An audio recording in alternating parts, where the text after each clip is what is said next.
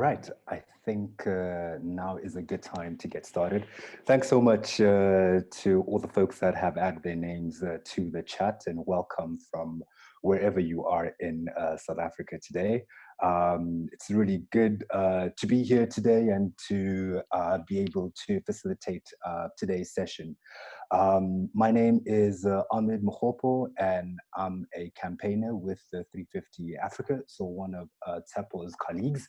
And yeah, I'm excited to introduce to you our three organizers from organizations within South Africa.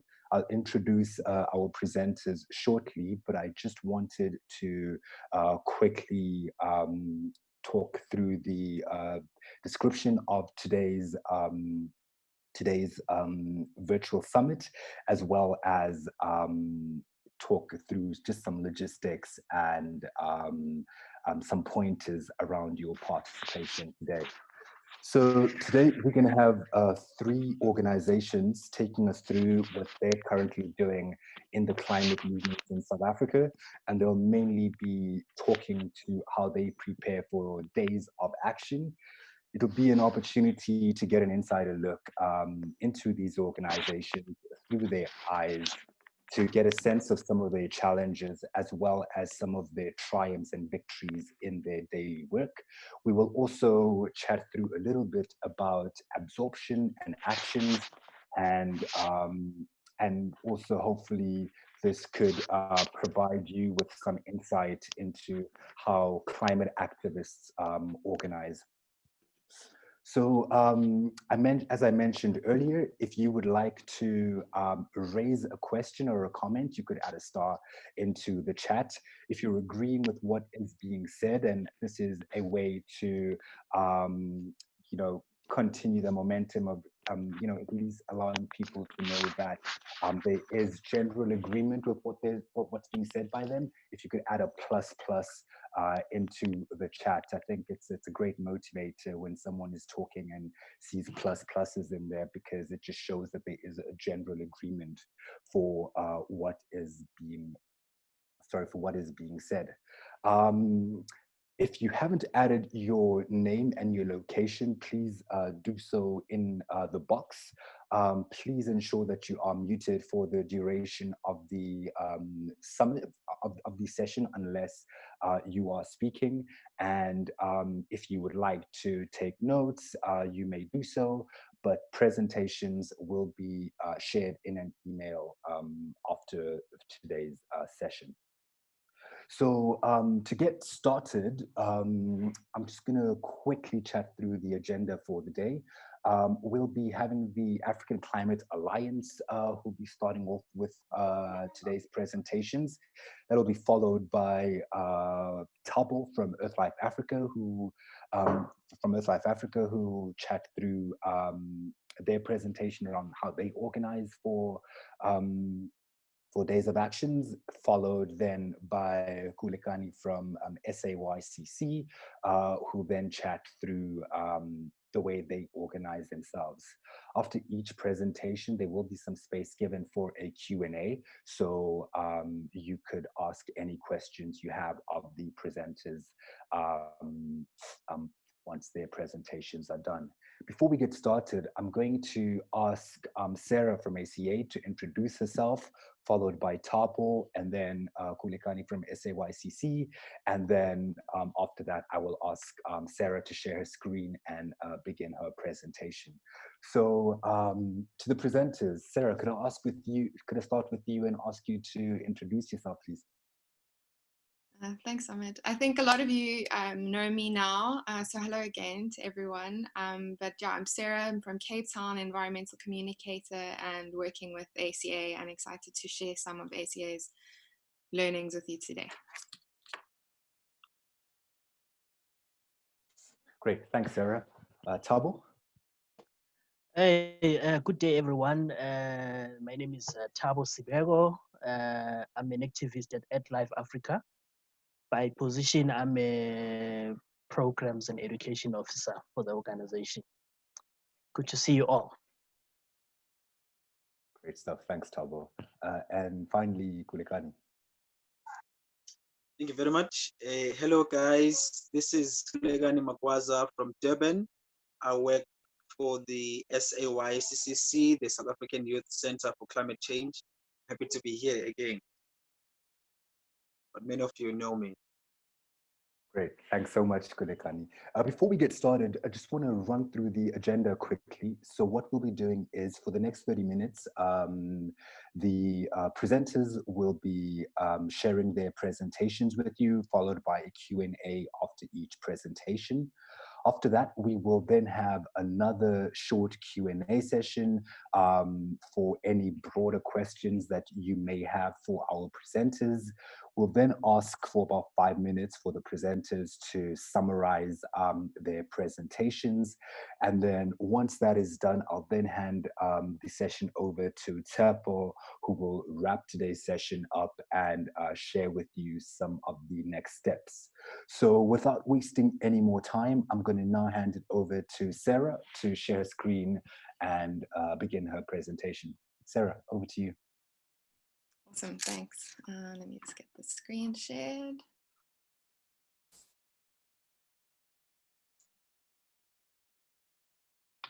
Great. Can everyone see? Yes, I see nods. Amazing. Cool. So yeah, African Climate Alliance and a short case study so far. We've basically been around now for just about a year. And just to give you a sense of who we are, so we're a youth-led group advocating for climate, ecological, and social justice.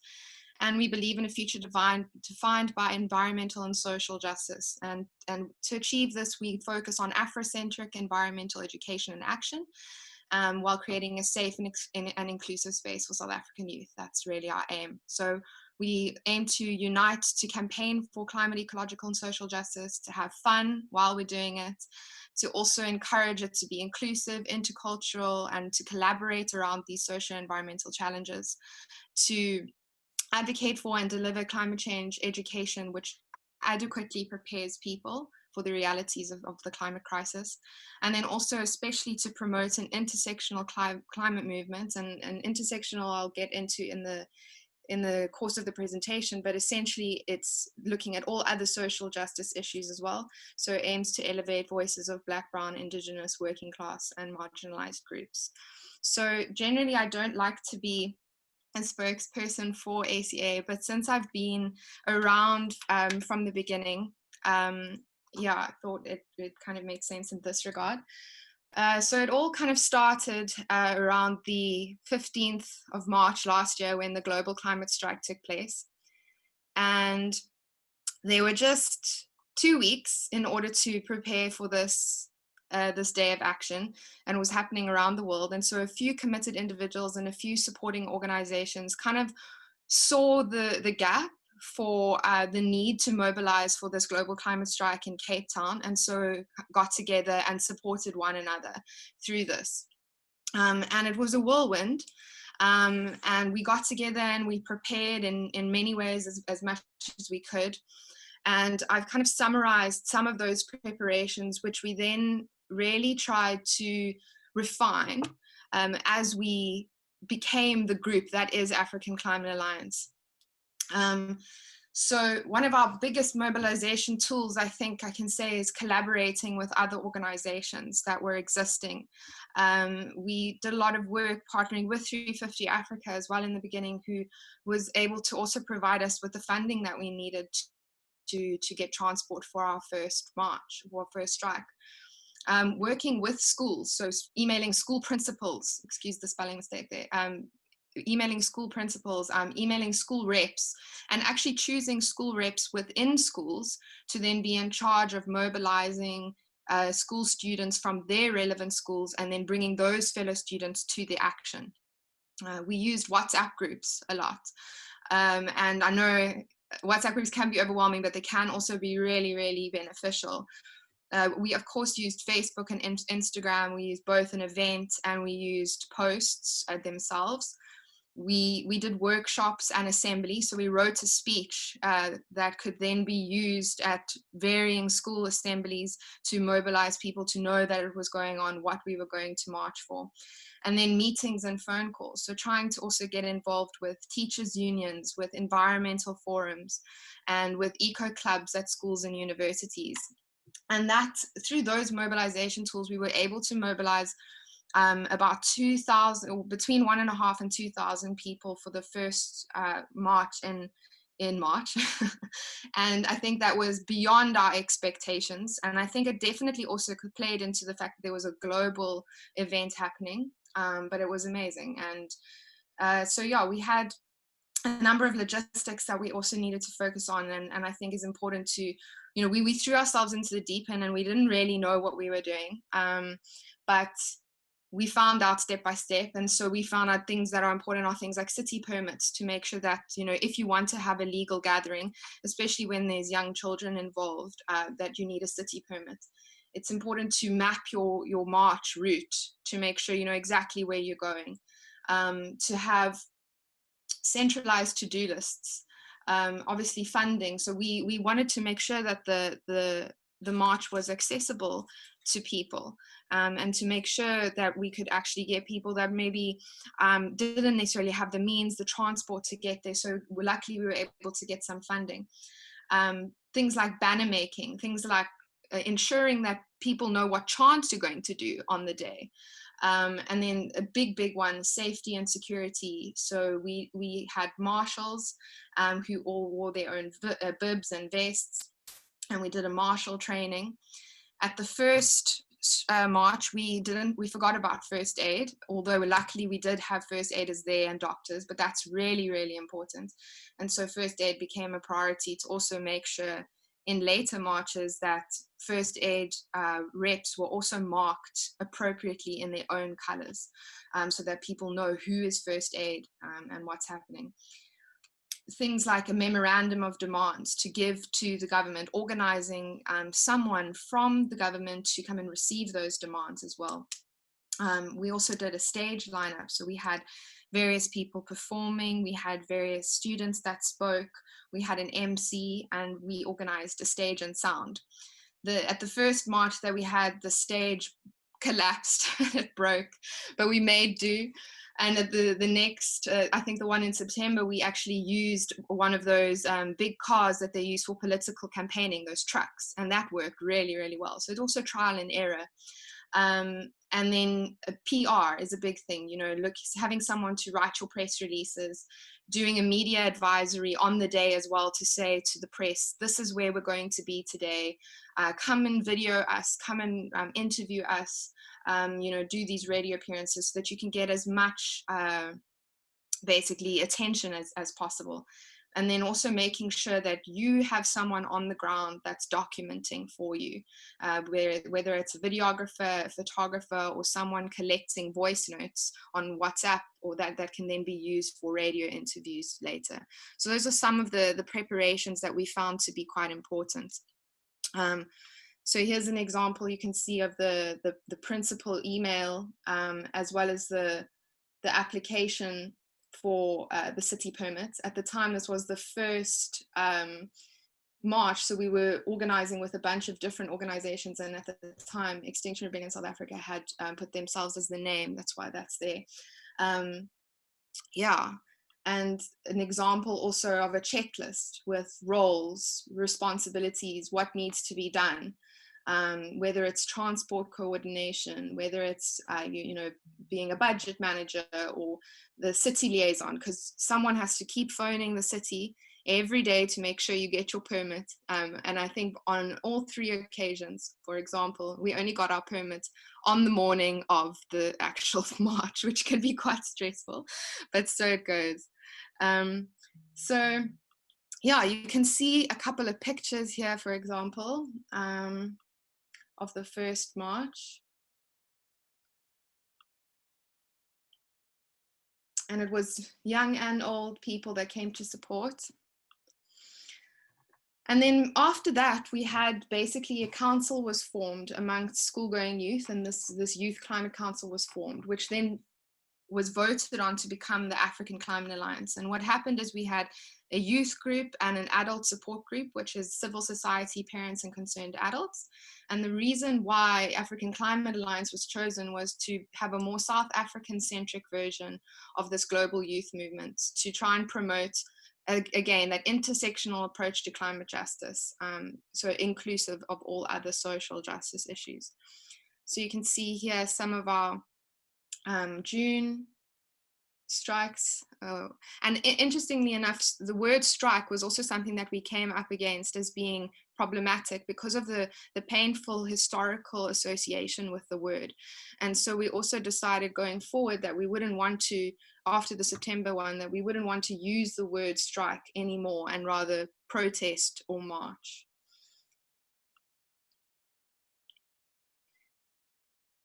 So yeah, from there we set up our website, which has been good to have blogs, to be able to record all of our various messaging. And that was integral also in allowing us to continue to mobilize for September. So here you can see the September strike or protest. And here we had our own banner, and here we say Africa Unite Against Climate Injustice. And something that we've also learned since then is to try less focus on negative messaging and focus on positive messaging as well. So rather unite for climate justice rather than uniting against something, even though sometimes we need to be against oppressive systems, but we can also be promoting something positive and thinking towards the future. There's a little bit more. So here again, youth demand climate justice, a more positive messaging. And then obviously the pandemic came, and I thought maybe just to speak briefly on the way that we've tried to react to this current crisis, that, you know, we're not able to have these mass gatherings anymore. So we switched to we weren't having regular meetings, and transport was always an issue for us. So moving on to having more weekly online meetings has been quite promising in getting us to become closer as a group. But it has provided difficulty around you know, the digital divide and needing to fund data, and also make sure that people have equal access to those online spaces, which is something we're working on. And yeah, we moved to having online events. So this Youth Day, we had the Future Is event online, where we had a really great women strong, all people of color lineup, and it had speakers and music and poetry, and it was really, I think, a beautiful testament to what can be achieved online. And it was all done on Zoom and then streamed onto social media. We've also had discussions around socially distanced protests, and there, if you Google socially distanced protests, you'll see there's some interesting things that are happening around the world, but it's important obviously for us to consider our local context.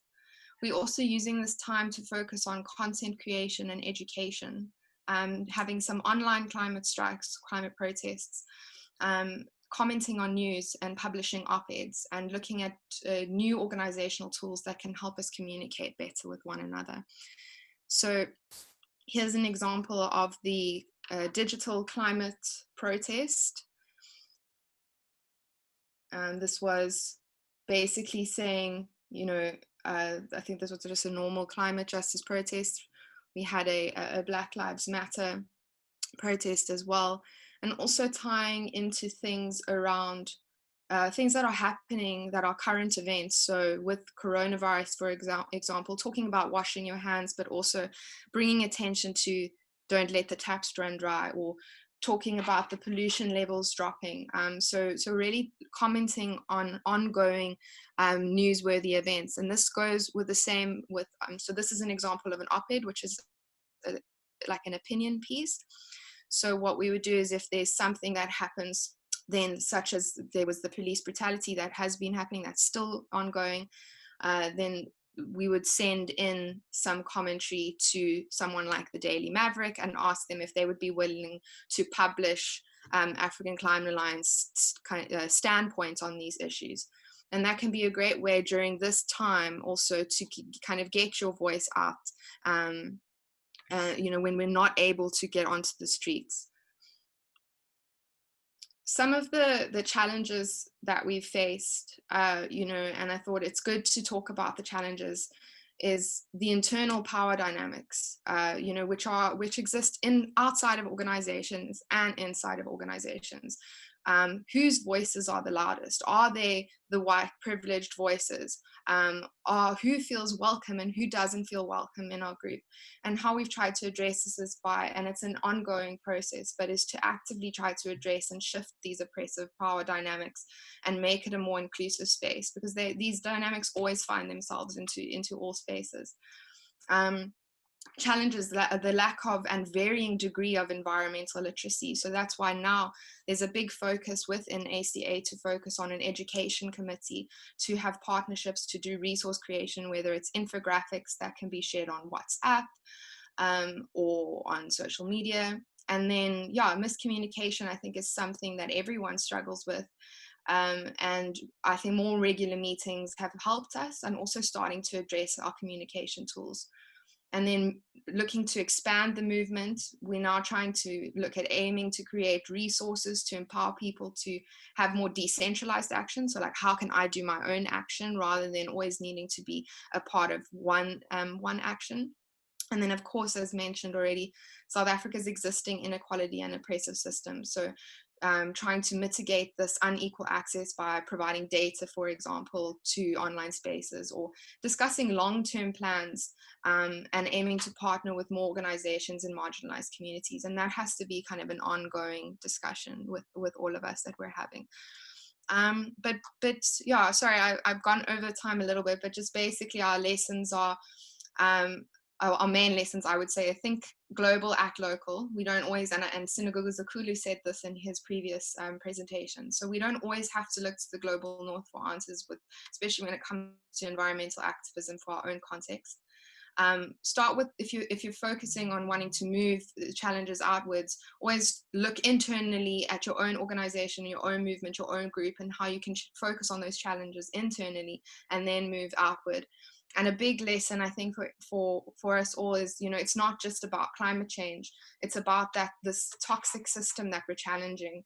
And that's why we're calling for systems change and climate justice, where no one's left behind, because we're challenging the climate crisis, but also colonialism, racism, mass consumption, sexism.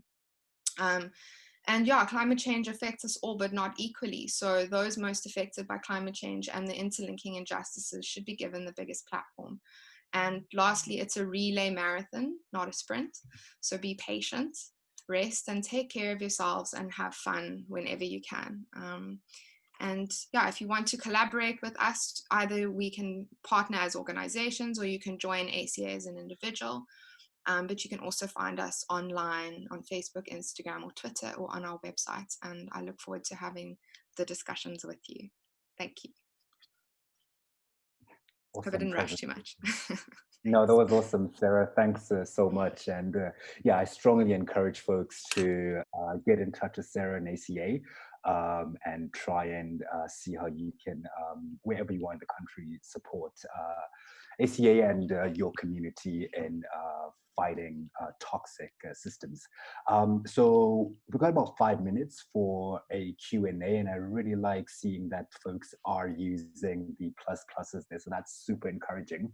We've got about 5 minutes for questions, so I'm going to encourage you to put a star in the chat to ask any questions that you may have of Sarah. And if you don't want to speak but still have a question, you may type your question in the chat. So about 5 minutes. If there are any questions, please start, and you can go off mute.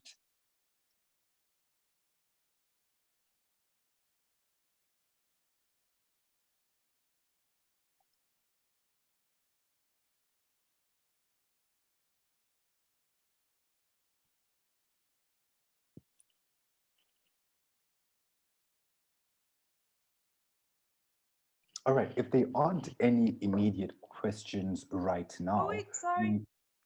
I was gonna type it out, but like I was taking too long to type. Okay, so Sarah, sorry, it was really great presentation. I just wanted to know how did you manage to set up the website? Like which thingy program thing did you use, and like all of that? Because like a lot of them you have to pay, and we don't have money. Yeah, so sorry. We used WordPress, and we did use some of our existing budgets in order to facilitate that. But I know that there are free programs that we didn't know about initially, and I know that Squarespace is an example of one. And let me think. If I can think about it, I will answer your question in the chat, because I know that there are a few free examples, and there's lots of ways of getting around it. And I think using social media, and even Mailchimp, which has is an email platform, an email software, you can actually set up landing pages for free as well, that can act as a website until you have capacity to pay for something like a host, whether it's a domain name or your hosting monthly fees and things like that.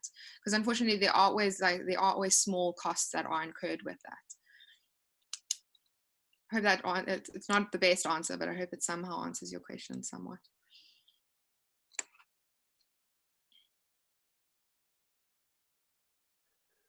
All right, so we've got a comment from Nicholas saying that website costs tend to be rather cheap as some kind of mutual aid for follow activists. I'd be happy to assist in pooling funds to get a collective movement, to get the collective movement website. So that's a super generous offer from Nicholas to help support with pooling and funds to help set up websites.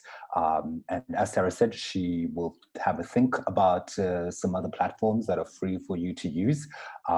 And hopefully we will be able to share those with you after today's session. Great, thanks so much, Sarah. If there aren't any more questions, we'll then move over to Thabo. And just to let you know that there will be another Q&A session once all the presentations are done. So if you have any questions, you could also save them for later on. Thabo, I'm going to hand it over to you to take us through your presentation, man. Go for it. Thanks, Ahmed. Let me share my screen.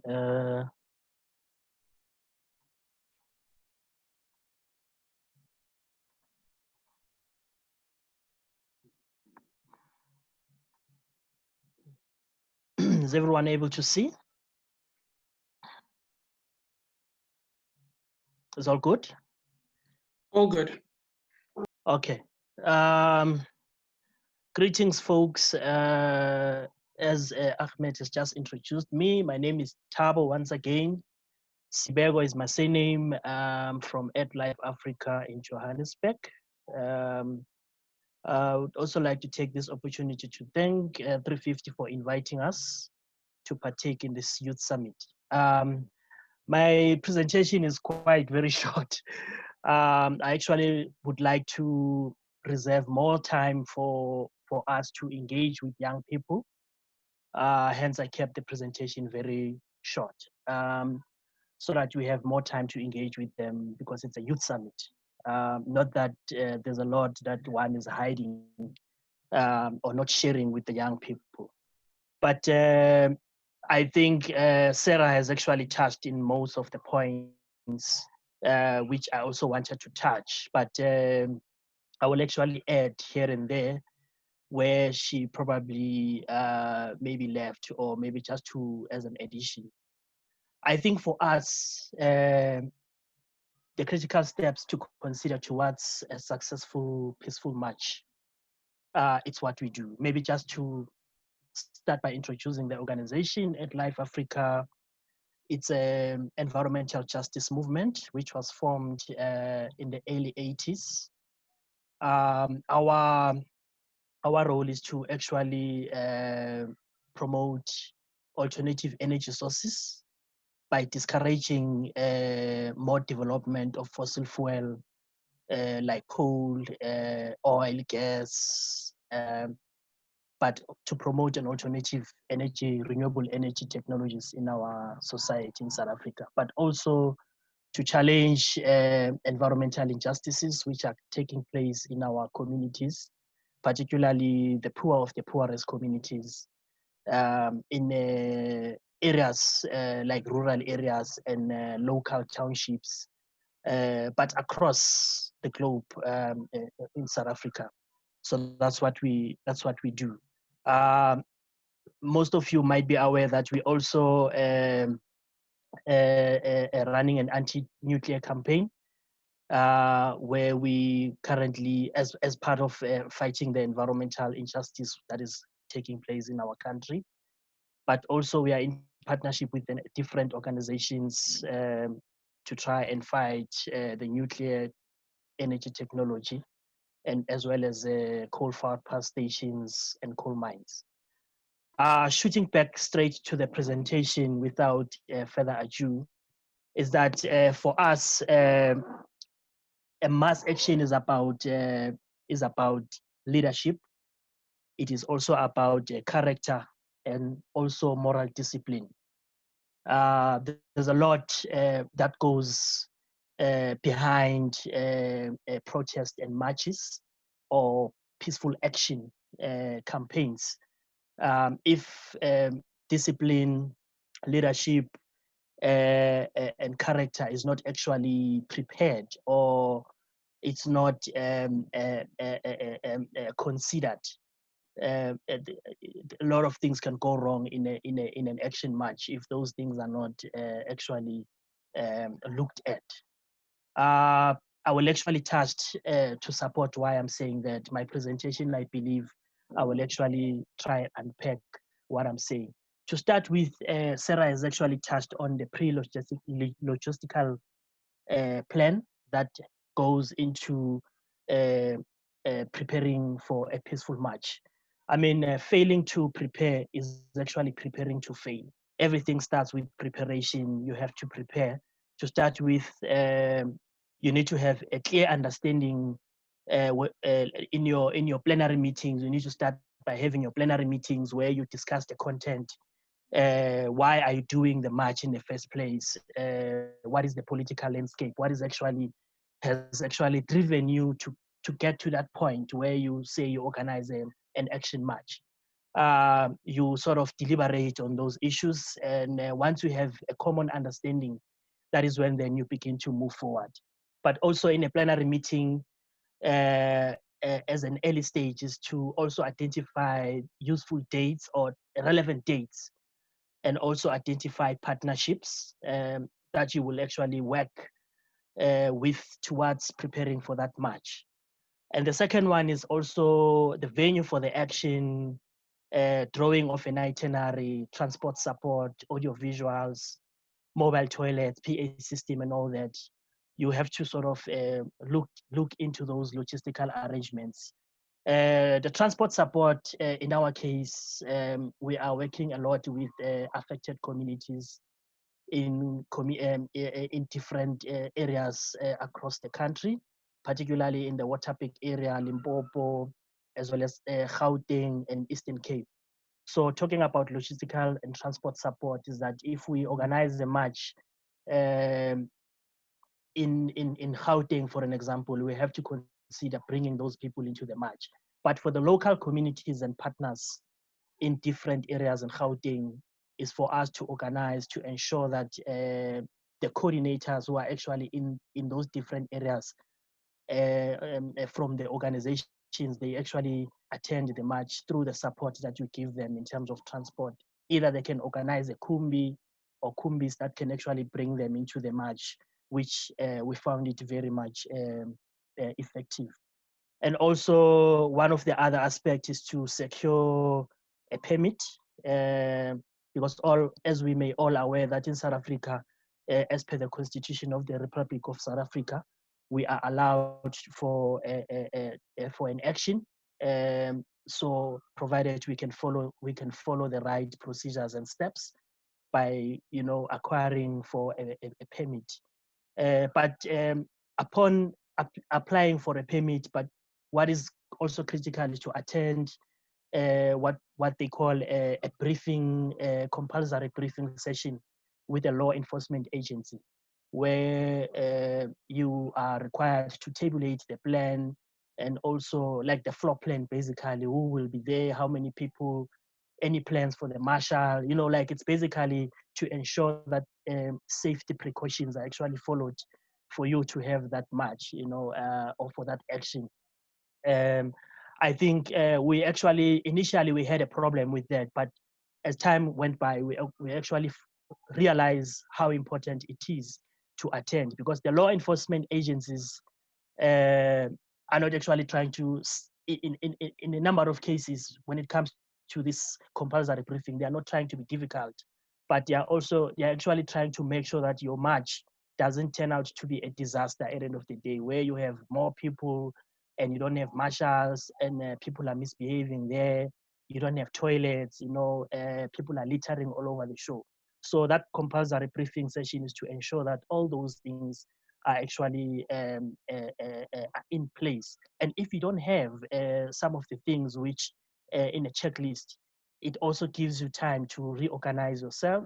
So that is why I'm saying that at times these compulsory briefing sessions are key, so that it helps you to learn and to also improve where there are shortfalls, to make sure that you have a successful plan at the end of the day. Otherwise, you can have so many people in a match and it turns out to be a disaster, simply because maybe people are fighting for t-shirts, or the people that are supposed to be appearing as united in a match, they turn out to fight against each other, or the marshals are actually, or you don't have marshals, or you don't have water, or you don't have all different types of things which can actually lead the match to be a failure.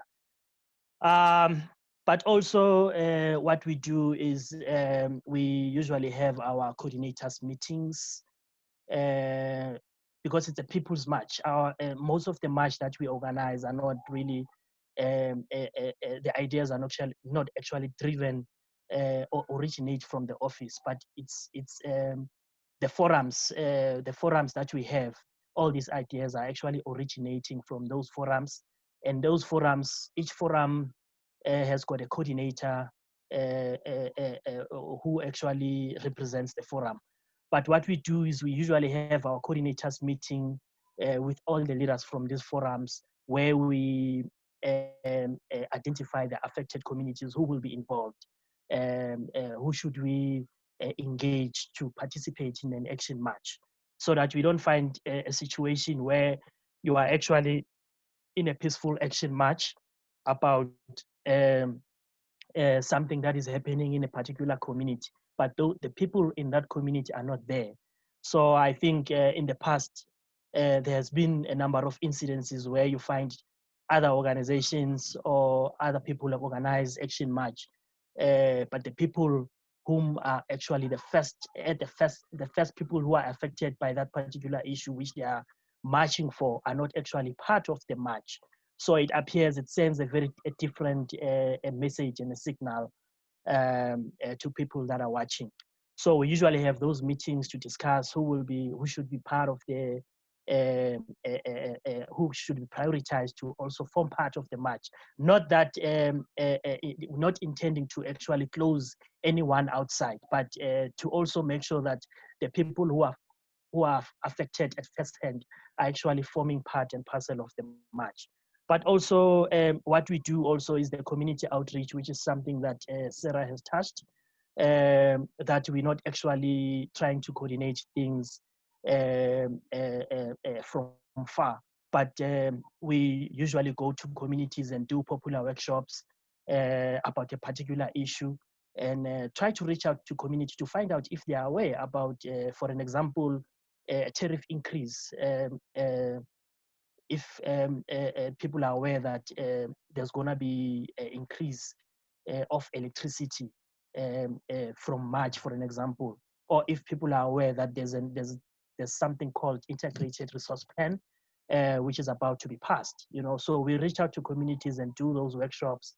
We call them popular workshops, where we engage communities to actually prepare them, so that by the time they get to the match, they are well informed why they are there in the match. So in an event where one is pulled out by appointed by a media person, maybe trying to find out if the person is aware, or if what is actually happening, the person is able to tell why am I actually in that particular action match. This is also to avoid a situation where somebody would actually say, I don't know why I'm here. My friend was here, So I also decided to join the party because my friend was here. So, but in an actual fact, I don't know why I'm invited, why I'm here. You know, but I went there because I saw a lot of people there, but I'm not aware why. I don't know actually. I don't have details. So, but it's to actually prepare people, you know, build that capacity, not only for the match, but also for future. But also another aspect is the training of marshals.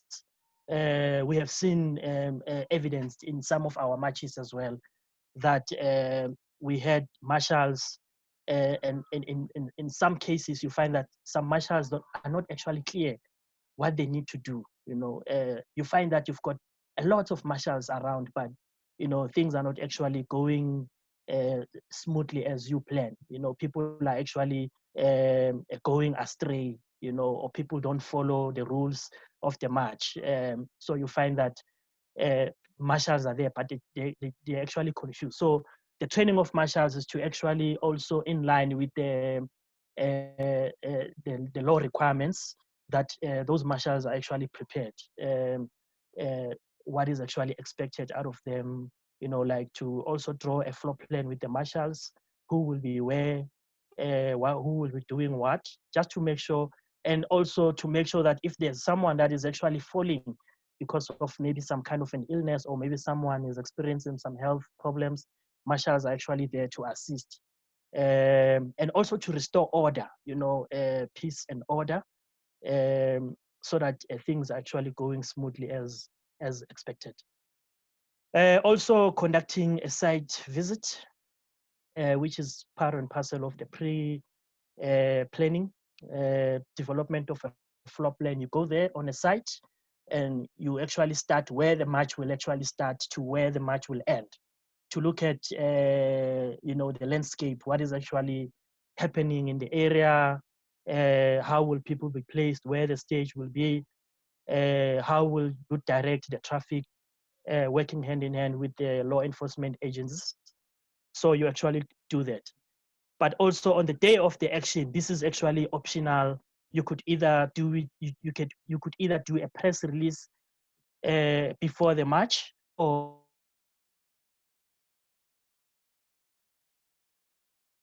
on the day of the match early in the morning, or you know, just to make sure that you know, you get the attention of the media, but also releasing the press release. You could also deliver the memorandum on the day of the match. It depends what your ultimate objective by doing the match. But also another aspect which we found very much useful is to have a post-action meeting with the partners, so that you don't just end things like that and say, no, it's fine, we had our successful match. Most of the time we tend to forget that it is so important to look back where you're coming from in order for you to move forward, you know. So we sort of have those reflection and review meetings where partners can recommend, where you can actually review what went wrong, you know, how can you best adjust so that in future the very same mistake, if there was mistake, or how can you improve where improvements needs to be, you know. So you have those you have that meeting in order to make sure that you in future you actually you can even plan much more better than you did. In closing, I think, in my opinion, is that a true success of an action is determined by its planning configuration. Uh, you can have a successful match regardless of whatever resources you have. But if your how you plan will determine the fruit at the end of the day. So planning is much more important rather than just taking an action without a plan. So you need to have a proper plan so that you are able to account for every single detail that may occur as a result of that peaceful action match. But I must assure you that, as I've said, that for us, action match is about leadership, is about character, is about moral discipline. Without those three aspects, we have seen a lot of a lot of matches which were meant to be peaceful, taking a different direction which is not what is which a lot of people tend to focus on what went wrong in that march rather than the actual objective of the march. So in closing, I would say that an army of a sheep led by a lion can defeat an army of lions led by a sheep. So I think I would like to close in those remarks. Thank you. Well, thanks so much for that. And Earthlife is a really powerful organization doing some incredible work across the country. And, you know, just you stressing about planning, that is key. I really hope that that provides some real insight into how to successfully organize impactful days of action. Folks, I'm not going to allow for any questions at this point because we're quickly running out of time. So I'm going to hand it over to Khulekani from SAYCC to take us through his presentation. And then once he's done, we will come back to questions. And if you could bear with us, please, if possible, could you stay just a couple minutes longer after 5 o'clock, just so that we can get those questions answered, any that you have, as well as wrap up the summit. So Khulekani, over to you. Thank you very much, Ahmed. Can I have Tsepo to assist me with the slides? And while Tsepo is doing that, I'd like to apologize to my fellow young activists that I can no longer show my camera. Maybe I will appear after my presentation. So yeah, I just want to sit comfortably and talk to you. Yeah, show my slide. Thank you. So I am going to talk to you about the South African Youth Center for Climate Change, SAYCC. And while the screen is processing, I like to acknowledge the presence of my fellow leaders of this organization, which is Awande Duma, our project manager, and Tapuana Shimurumbeti, our PR manager. So I'm representing them and the whole bunch of young activists within this organization. So yeah, this presentation is obviously about the case study of this organization. And next slide.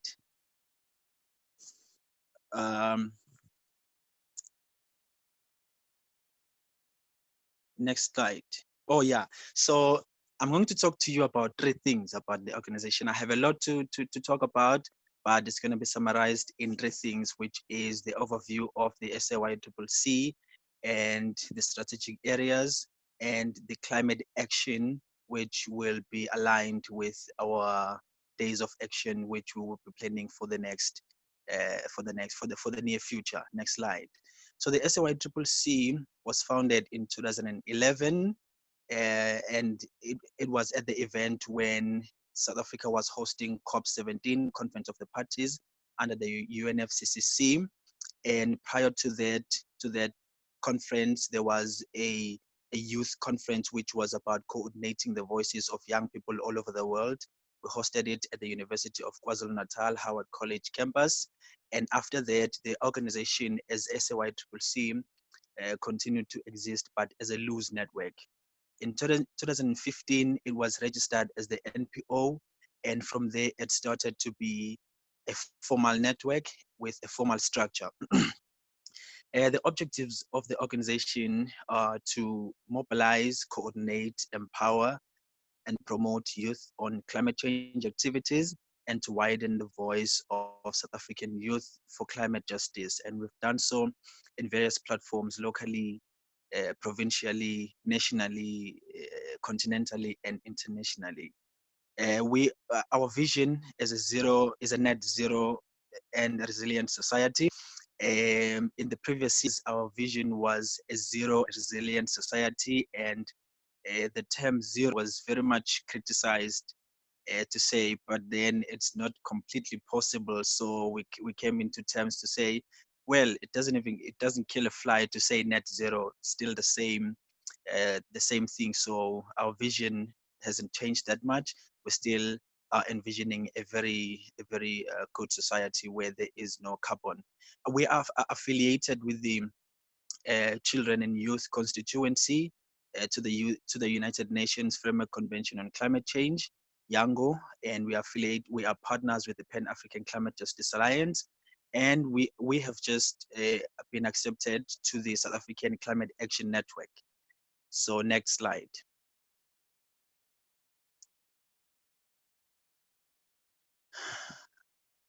Our membership, we have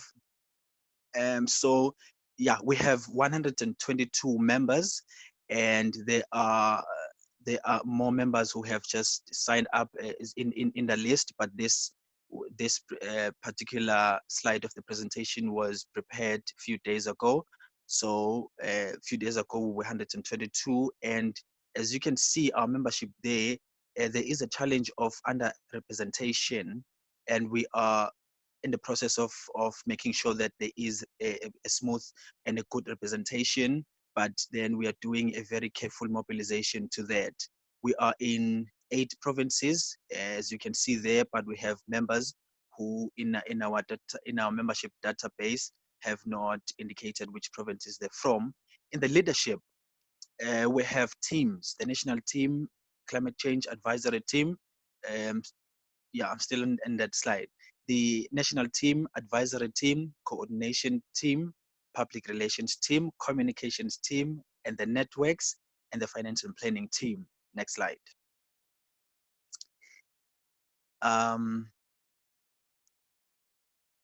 So now the second topic is our strategic areas. We have 3 strategic areas, and we have committed to focus on until exactly year 2023, according to our strategic plan.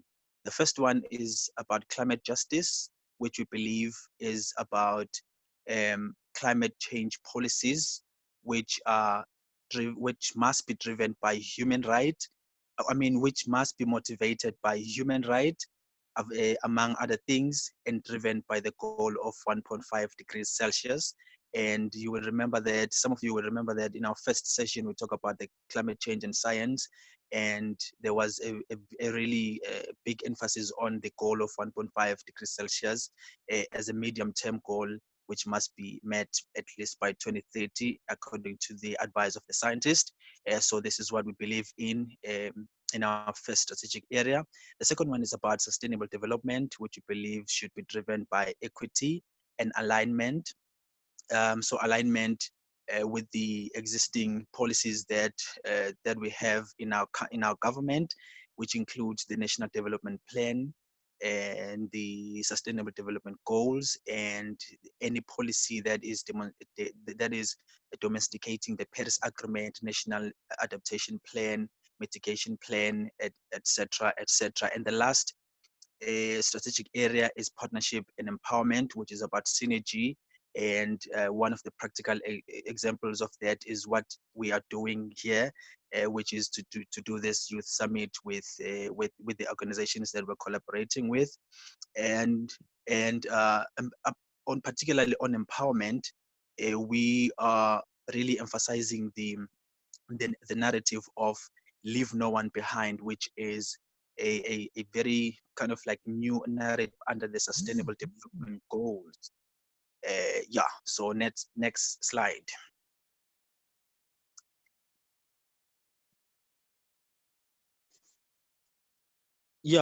Okay, we're still on the strategic areas.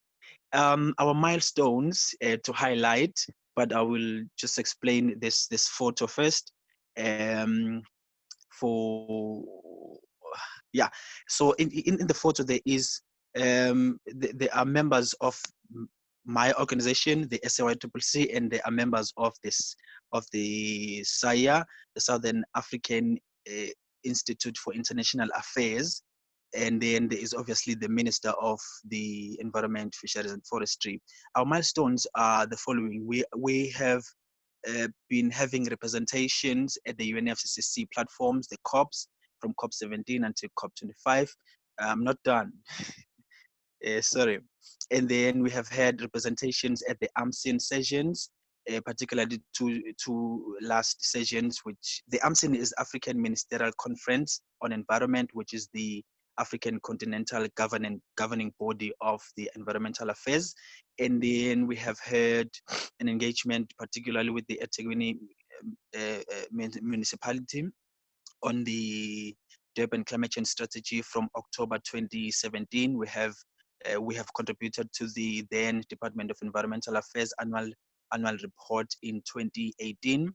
And then in 2018, we successfully submitted the Telanoia dialogue to the UNFCCC, which was published in November 2018 under the portal of the COP23 presidency. That was a very exciting engagement for us. And then in 2019, we did provincial workshops focused on the provincial legislatures, Gauteng, KZN, and Western Cape. And then we last year in March last year, we also attended the UN Environment Assembly. And then this year, before the lockdown started, we were represented at the African Union Summit and then at the UNECA SDGs Forum. Yeah, next slide. Now I'm going to talk about climate action, which is based on the SDG 13, and SDG 13 is our main project, which includes campaigning, awareness raising, and advocacy. Next slide. So under our climate action, we have a project called the Intergenerational Inquiry, which is about monitoring the implementation progress of the SDG 13. SDG 13 is about climate action and has 3 targets, which is about resiliency, means of implementation, and a qualitative target of climate change. I'm paraphrasing it. Next slide. So this photo was taken at the conference that we hosted last year in Durban.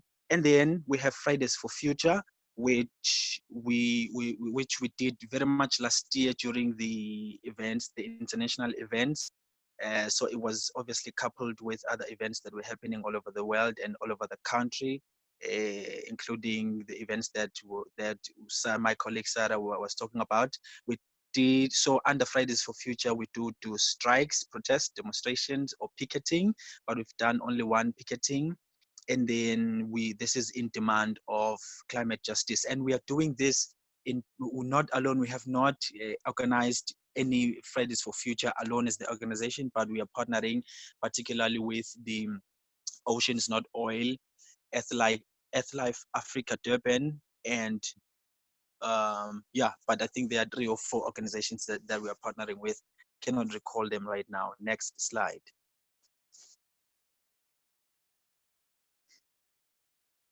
And then we have an initiative called the Glocal.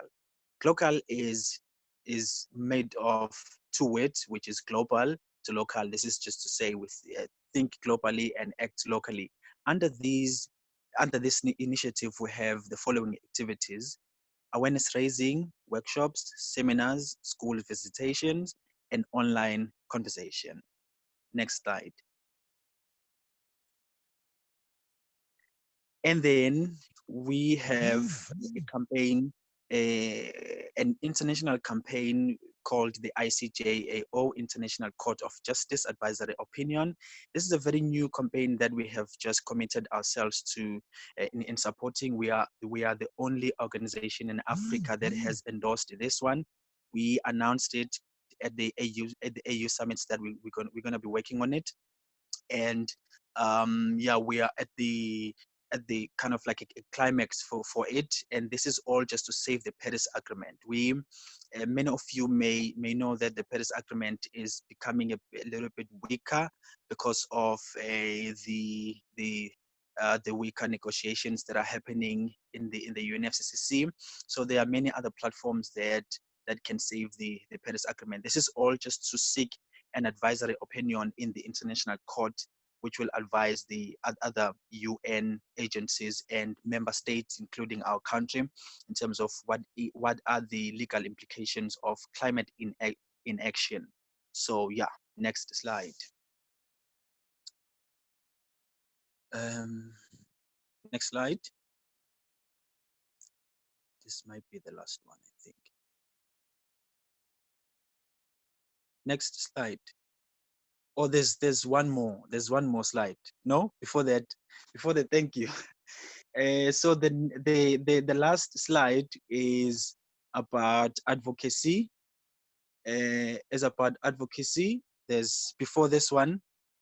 So we're doing our advocacy locally, nationally, and internationally. Before this one. Yeah. Yes, this is it.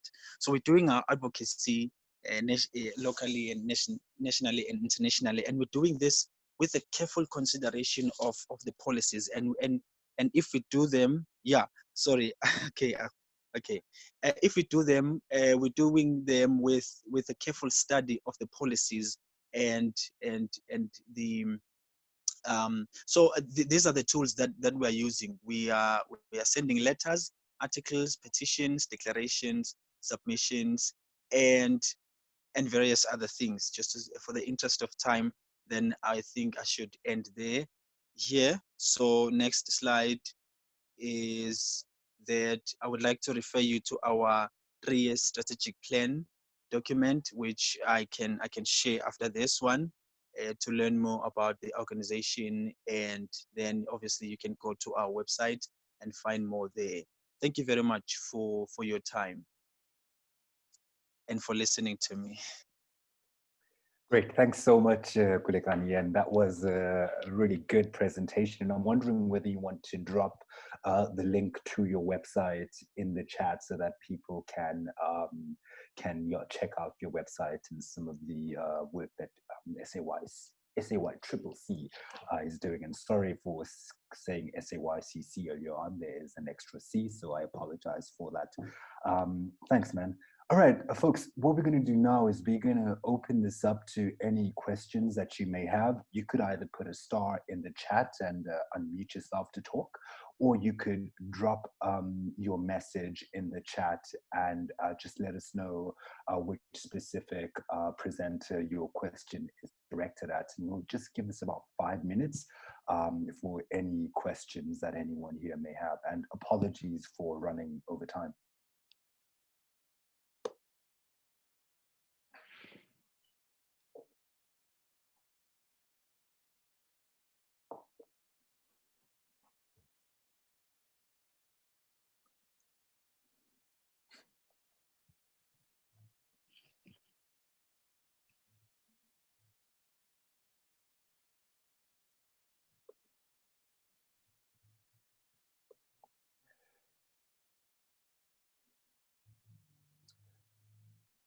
All right. If there aren't any questions, I am going to turn it back to our presenters, just to wrap up with any high-level commentary that they. All right. Sorry, Gabriel, over to you, man.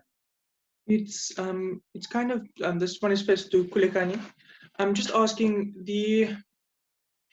So I've noticed there's a trend today of the use of the essence of the word global.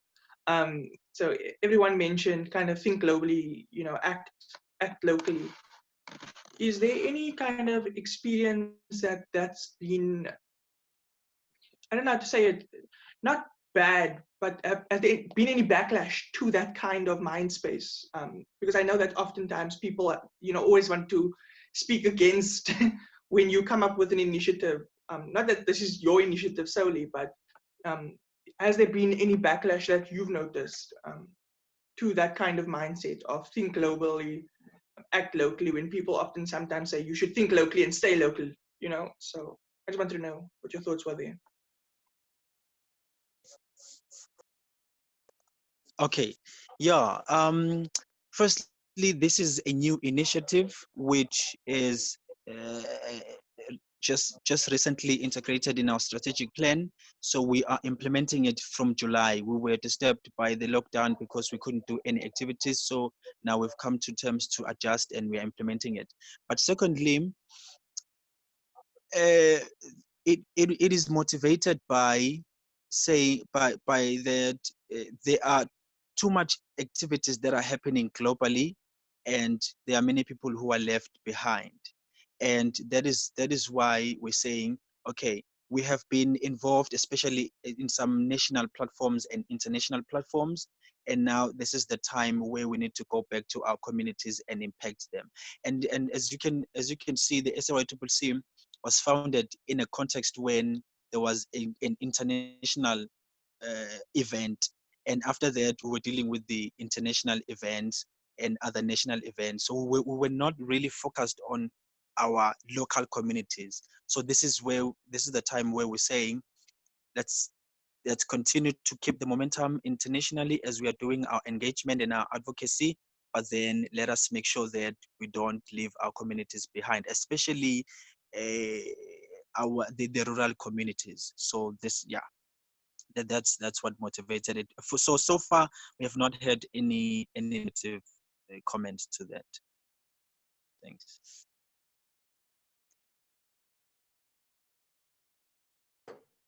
Great, thanks so much for that question, Gabriel. All right, if there aren't any more questions, what we're going to do now is I'm going to ask you to drop and if you've learned anything from today's session, if you could just drop that into the chat box.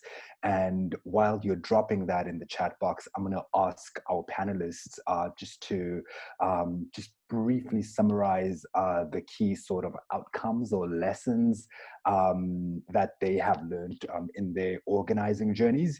And once they've done that, I'm going to hand over to my colleague Tsepo just to take you all through some of the next steps. And once again, just appreciating the fact that you're all still here, even though we're about 15 minutes over time. We should hopefully wrap up in the next 5 minutes. So anything you've learned in today's session, please drop that in the chat. And while you're doing that, I'm going to ask Sarah, Thabo, and Kulekane just to briefly summarize some of the key lessons and outcomes that they've learned as organizers. Sarah, if you're happy to start off, the stage is yours. The virtual stage is yours. Yeah, I just want to say thank you to Kulekane and Thabo for your presentations. I also really enjoyed them, and I'm very excited to learn more from you in your organizations and collaborate further. So thank you. Yeah, I guess to reiterate, some of the main things I suppose was to kind of actively and ongoing to address within our own organization kind of the power dynamics and ongoing try to make it an inclusive space, to focus on education as well so that there's improvement in our literacy, environmental literacy, to create resources to empower people outside of our organization to have decentralized actions, to constantly try to aim for to mitigate unequal access, which is something also Kulekane and Thabo have mentioned in terms of not leaving anyone behind. Yeah, I like global a lot, and I think important to just remember that it's, like I said, a relay marathon and not a sprint. And I think collaboration is key, and I think we need to collaborate even more within the circle of who's in this room, this virtual room. But yeah, I'll leave it at that. Thanks, everyone. Thank you. Great, thanks, Sarah. Thabo, over to you. Yeah, sorry, I think I missed a bit because I got disconnected for just a little while. But in closing, I think I appreciate a lot the presentations that have been made. This is an assurance that there will always be a room for improvement and knowledge sharing, no matter how much you know. I really appreciate that. But in also adding to what Kuligane has just said regarding the issue of acting locally and thinking globally, I think there's a lot, there's still a long way to go for us to evidence the true meaning of the word. I mean, there's a lot that is actually happening in our country, where a lot of our communities are excluded in most of the processes by government. To make a typical example, the integrated resource plan, which is a plan that will affect everyone, but a lot of communities don't even know about what the integrated resource plan is.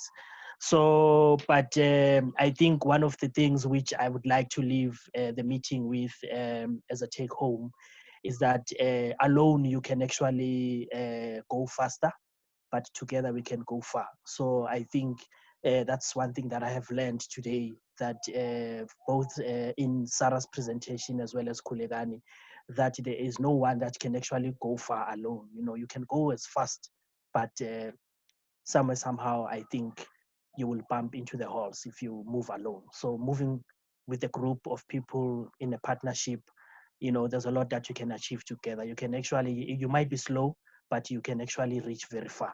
Thank you. Sweet, thanks so much, Thabo. And I guess, yeah, that's stress and collaboration, which is a key in building the climate movement. Kulegani, any last statements from your end?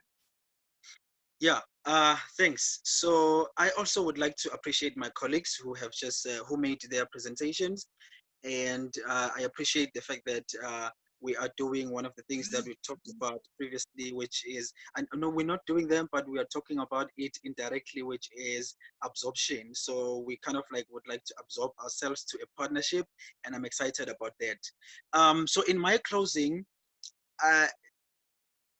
so we are all about climate justice. I think this is what is common for us, and what we are doing, we call it climate action because it is about our consciousness. We know what needs to be done, and we're calling that to our government and many other corporations.